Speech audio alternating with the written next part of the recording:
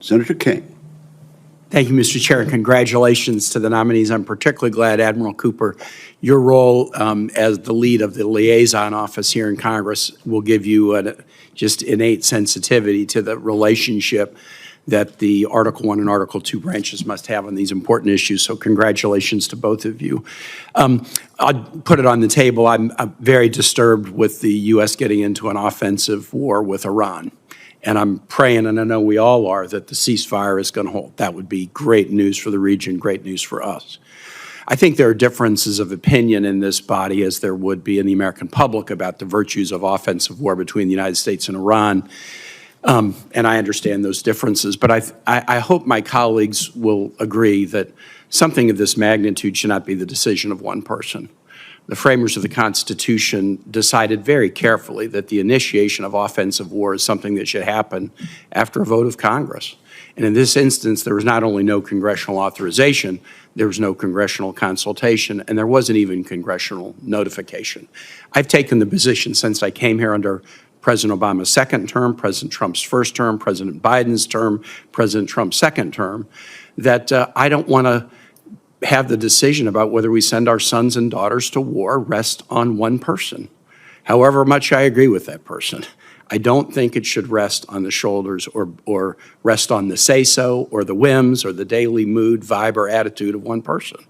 And particularly when, in this instance, the Israeli foreign minister had said the nuclear program of Iran had been knocked back at least 2 or 3 years, when our own intelligence says they weren't moving to a nuclear weapon. The need to strike without even notifying Congress I find deeply discouraging. There's some things President Trump has done diplomatically recently I'm very much support, and I hope I might get to those in a minute. But I just hope my colleagues will stand for the proposition, whatever you think about the virtues of a war with Iran, that Congress should be weighing in on this, yes or no.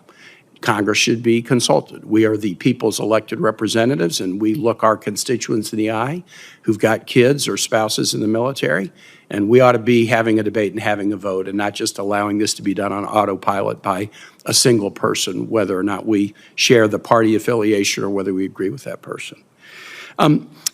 Senator Cotton said something that is very true and that picks up, Admiral Cooper, on something you said. You said that Iran was the chief sponsor of terrorism in the region, and they are, and the chief source of instability in the region, and they are. And Senator Cotton said they have posed risk to Americans for the last 46 years, and they have. Everything that he said was true, and everything that you said was true. But, you know, in law, we used to say the truth, the whole truth, and nothing but the truth. Sometimes we omit the whole truth. Because, and I think if we're going to grapple with, hopefully, diplomatic resolutions to these issues, we got to be completely truthful. Everything that you said about Iran was accurate. But what nobody seems ever to say in a committee like this is that the United States acted to change the Iranian regime in 1953 by knocking off a democratically chosen prime minister at the behest of the British, whose oil interests were at stake. This is widely acknowledged and admitted. Anybody wants to research Operation Ajax, go take a look at it. Eisenhower project that knocked off the Iranian civilian democratically elected government.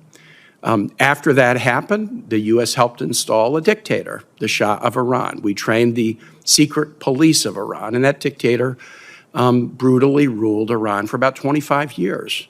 And Iran, which had been very pro-American because America fought for Iranian sovereignty at the end of the World War II when the Soviet Union wanted to gobble it up, that 25 years of the U.S. propping up a dictator over Iranians led to deep anti-American hostility.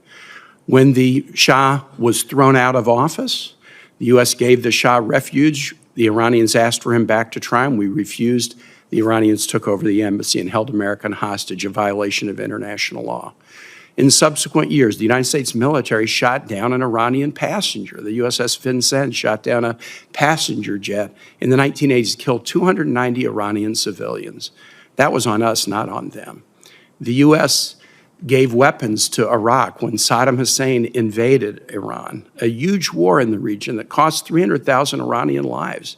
And the U.S. provided weapons for Iraq to help them kill Iranians. We invaded a next-door neighbor to the east, Afghanistan, to topple a regime. We invaded a next-door neighbor to the west, Iraq, to topple a regime. We took a diplomatic deal with Iran, the first in 70 years that was actually working according to the IAEA and President Trump's first national security cabinet, and we tore it up. If we're going to try to find a diplomatic resolution, we not only have to acknowledge the Iranian terror that you truthfully recognize, but we also have to recognize that in a diplomatic solution, they have some points of concern as well. And if we don't deal with all of them, we won't find the diplomatic resolution that we would want rather than war. Thank you.